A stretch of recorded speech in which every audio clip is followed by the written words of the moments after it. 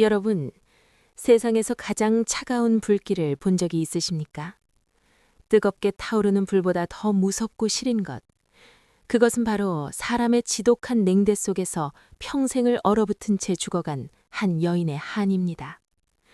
오늘 우리 조선시대 전설 88에서 다뤄볼 이야기는 조선 왕조사에서 가장 비릿하고도 잔인한 배신의 기록입니다. 66의 늙은 임금이 제 손녀뻘인 15살 소녀의 살결과 영악한 말솜씨에 취해 33년을 헌신한 조강지처를 쓰레기처럼 내던지고 제 자식의 심장에 칼을 꽂기 시작한 그 피비린내 나는 서막. 오늘 밤 여러분의 가슴은 이 지독한 슬픔과 분노로 갈갈이 찢길지도 모릅니다. 먼저 우리가 가슴 깊이 새겨야 할 이름이 있습니다. 바로 영조의 정비, 정성황후 서씨입니다. 여러분, 한번 상상해 보십시오. 13살 꽃다운 나이에 연지곤지 찍고 수줍게 시집와서 60살이 넘어 숨을 거둘 때까지 남편에게 단 한 번도 따뜻한 부인 소리 한마디 듣지 못한 채 유령처럼 살아야 했던 여자의 인생을 말입니다. 비극의 시작은 어처구니 없을 정도로 사소했습니다. 첫날 밤, 영조가 그녀의 고운 손을 보고 건넨 칭찬에 고생을 안 해봐서 그렇습니다 라고 답한 그 순진한 말 한마디가 화근이었습니다. 무수리 출신 어머니를 둔 영조의 뒤틀린 자격지심을 건드린 그 순간부터 그녀의 침전은 산 사람의 무덤이 되었습니다. 영조는 무려 33년이라는 긴 세월 동안 그녀를 투명인간 취급하며 철저히 무시했습니다. 그녀가 궁궐 복도를 지날 때 영조의 그림자만 비춰도 가슴이 내려앉아 숨죽여 울고 그 눈물이 고여 발등을 적시고 바닥을 적셔도 영조는 눈길 한 번 주지 않았습니다. 왕비라는 화려한 관을 쓰고 있었지만 그녀의 속은 이미 새카맣게 타버린 숯덩이와 같았습니다. 하지만 이 성녀 같은 여인이 그 모진 세월을 버틴 이유는 딱 하나였습니다. 바로 자신이 낳지는 않았으나 온 마음을 다해 가슴으로 품은 아들 사도세자 때문이었습니다. 세자가 아버지 영조의 광기 어린 불호령에 실성을 해서 궁궐 차가운 바닥을 기어다니며 오물을 뒤집었을 때 조정의 대신들과 궁녀들조차 세자를 미친놈이라 손가락질하며 비웃을 때 유일하게 그 더러워진 몸을 비단 치마로 닦아주며 내 새끼야 괜찮다 이 어미가 여기 있다며 함께 오열하던 분이 바로 정성황후였습니다. 그녀는 세자에게 어머니이자 마지막 보류였으며 서슬퍼런 칼날이 난무하는 궁궐에서 유일하게 머리를 누일 수 있는 안식처였습니다. 하지만 1757년 이 가련한 여인은 끝내 가슴속에 뭉쳐진 화병을 이기지 못하고 피를 토하며 숨을 거둡니다. 그녀가 마지막 숨을 몰아쉬며 떨리는 손으로 세자의 손을 꼭 잡고 남긴 절규가 무엇인지 아십니까? 세자야.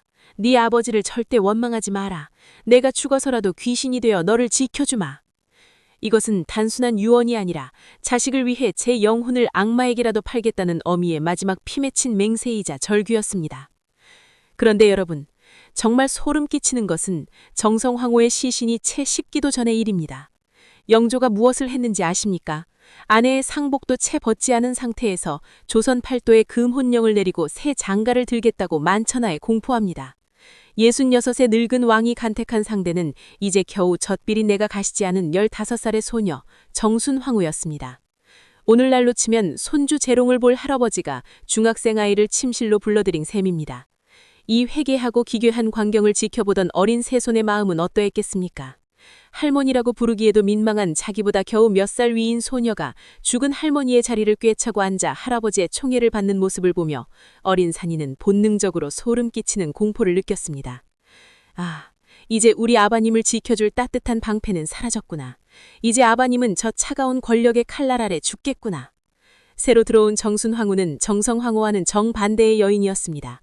그녀는 인자한 어머니가 아니라 자신의 가문을 위해 세자를 죽이고 권력을 잡으려던 어린 독사였습니다. 영조가 낸 수수께끼를 척척 맞히며 세상에서 가장 깊은 것은 사람의 마음이다 라고 말할 때 영조는 영특하다며 손뼉을 쳤지만 어린 산이는 그 아이의 눈동자 속에서 번뜩이는 서늘한 살기를 보았습니다. 정순황후는 영조의 총애를 칼날 삼아 매일 밤 침소에서 세자의 비행을 부풀려 속삭였습니다. 정성황후가 살아계셨다면 제 목숨을 걸고 막았을 그 간사한 이간질이 이제는 영조의 늙은 귀에 달콤한 마약처럼 스며들었습니다. 산이는 밤마다 아버지가 갇힌 전각 담벼락을 붙잡고 손톱이 빠지도록 소리 없이 울부짖었습니다. 할머니, 정성황후 할머니, 어찌 그리 빨리 가셨습니까? 저 어린 할머니가 아바님의 목줄을 죄고 있는데 손자인 제가 할 수 있는 것이 아무것도 없습니다. 산이는 결심했습니다. 지금은 비록 저 어린 독사 같은 할머니 앞에 무릎을 꿇고 있지만 언젠가 내가 힘을 가지면 반드시 이 원한을 갚으리라, 내 아버지의 피눈물을 닦아주리라 다짐하고 또 다짐했습니다. 하지만 영조는 이미 어린 아내의 부드러운 살결과 달콤한 거짓말에 눈과 귀가 완전히 멀어버렸습니다. 아들의 처절한 비령보다 아내의 차가운 속삭임을 더 믿게 된 것입니다. 결국 이 영조의 탐욕스러운 선택은 조선 역사상 가장 잔인한 친족 살인극인 이모 화변의 문을 활짝 열어젖혔습니다. 정성황후가 평생을 바쳐 쌓아 올린 따뜻한 방패는 산산조각 났고 그 빈자리를 정순황후의 얼음칼이 채웠습니다. 결국 영조는 죽는 순간까지 정성황후 곁에 묻히길 원했지만 그 마지막 소원조차 정순황후의 차가운 거절에 의해 무참히 짓밟혔습니다.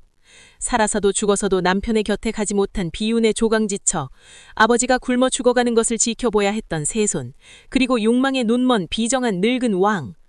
오늘 밤 이 비릿하고도 애절한 이야기가 여러분의 가슴을 서늘하게 후비고 지나가길 바랍니다. 권력과 욕망에 눈이 멀어 가장 소중한 사람을 짓밟은 대가는 죽어서도 씻을 수 없는 영원한 지옥일 뿐입니다. 여러분, 지금 옆에 있는 사람의 손을 한번 꼭 잡아보십시오. 그 온기가 얼마나 소중한 것인지 영조처럼 모든 것을 잃고 나서야 깨닫는 어리석음을 범하지 마시길 바랍니다. 오늘 이야기가 가슴 깊이 박히셨다면 잊지 말고 구독과 좋아요를 눌러 이 슬픈 영혼들을 달래주십시오. 여러분의 한마디 댓글이 저에게는 큰 위로가 됩니다. 자, 이제 다음 편에서는 드디어 뒤주 속에 갇힌 사도세자의 마지막 8일, 그 지역 같은 현장에서 벌어진 참혹한 진실을 들고 오겠습니다. 무거운 마음을 뒤로 하고 오늘 밤만큼은 편안히 잠드시길 바랍니다. 안녕히 주무십시오.